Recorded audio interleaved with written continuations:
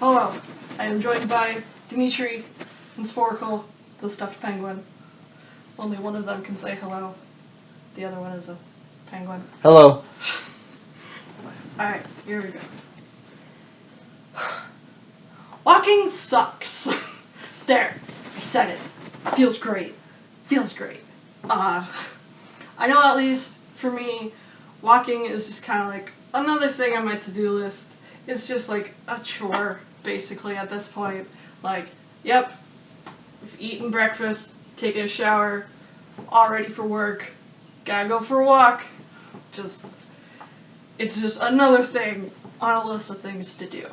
But I play a little game called Pokemon Go, and that makes that chore a little more of a fun chore. So Pokemon Go is an augmented reality game, which basically means like you walk over to like Sangren Hall and you look on your phone and you're like, oh, there's a Pokemon gym and a Pokemon stop and a whole bunch of other Pokemon around. Awesome. You go catch those, spin the Pokestop to get a whole bunch of like potions and Pokeballs, and then you can battle other Pokemon in that gym, and then put your own Pokemon in the gym, and then take over the gym, take over the world, take over the world. And it helps me be active, and I know that it helps a lot of other people be active, because I'm not the only person who struggles with going outside and going for walks and being healthy in general. Because the CDC, in fact, actually has stated that the age-adjusted prevalence of obesity in adults in the US is over 40% as of 2017 and 2018. And with obesity, there comes a lot of increased health risks like heart disease, diabetes, and even certain types of cancer. But being active is one of the best ways, and possibly one of the easiest ways, to maintain that healthy lifestyle and make sure you don't join this horrifying statistic. So, how can this game benefit you? Well, first, let's just look at the facts of what is this game, why is it awesome, how is it awesome.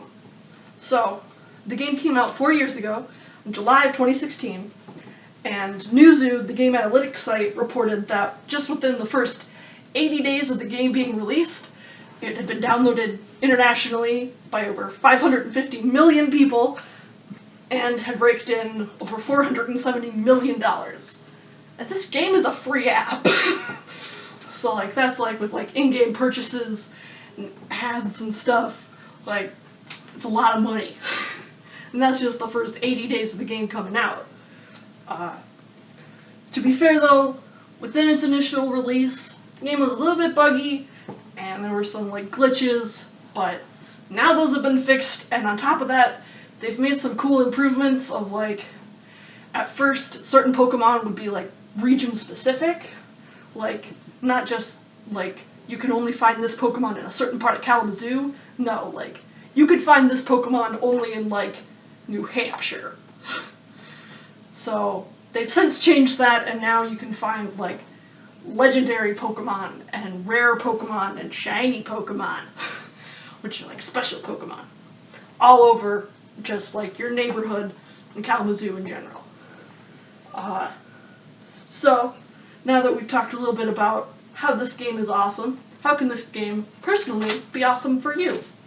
Well, even though this game has only been out for a couple years now, there's already been some promising studies with correlations between this game being downloaded and an increase in activity among people who otherwise wouldn't be active.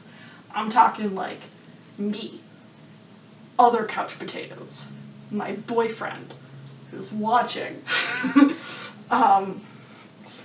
Yeah, like it's not like people downloading fitness apps to like track their steps or mark their little jogging trail.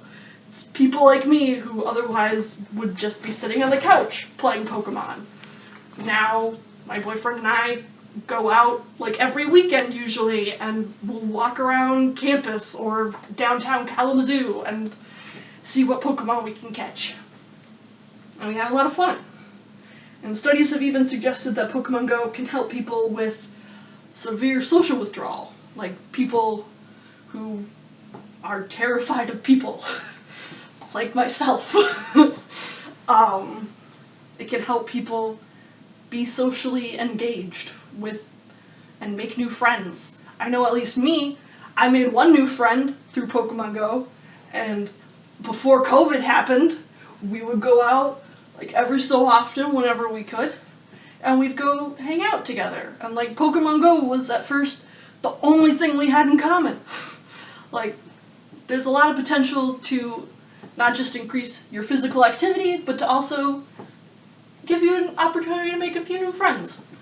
Or give you something in common with like your coworkers. Because I know otherwise I'd barely talk to the people I work with. But now we just like talk about Pokemon as they're ending their shift and I'm starting mine. Like, it's a great time. So all in all, this game has a lot of potential to do a lot of good for all of us.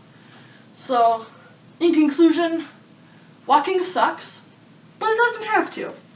There's a lot of potential physical benefits and a lot of social benefits for all of us to make walking just a little less of a chore. Thank you. And so, any questions? Has the game done anything to adjust due to COVID-19? Yes. Pretty much, yes. They've made a lot of improvements with, like, decreasing a lot of the physical achievements. Like, you'd usually have to walk, like, 10 kilometers to hatch an egg, but they cut that in half. And they've also increased the possibility of fighting in raids to catch legendary Pokemon with your friends, but now you can do that remotely. They've done a lot of things to kind of, keep people from being in large groups together, but still making the game fun and accessible for all people. What about the potential hazards created from people playing this game while they're driving? Well, don't do that. I mean, it's just a matter of, like, self-control, I'd say. I mean, like, you're not supposed to text and drive, so don't play this game and drive.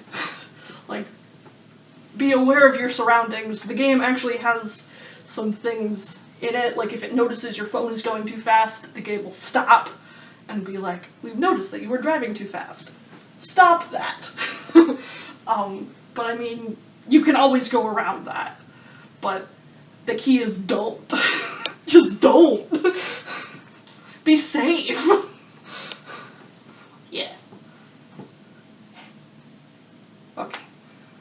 Please stop the video. Thank you. I'm going to keep all this in.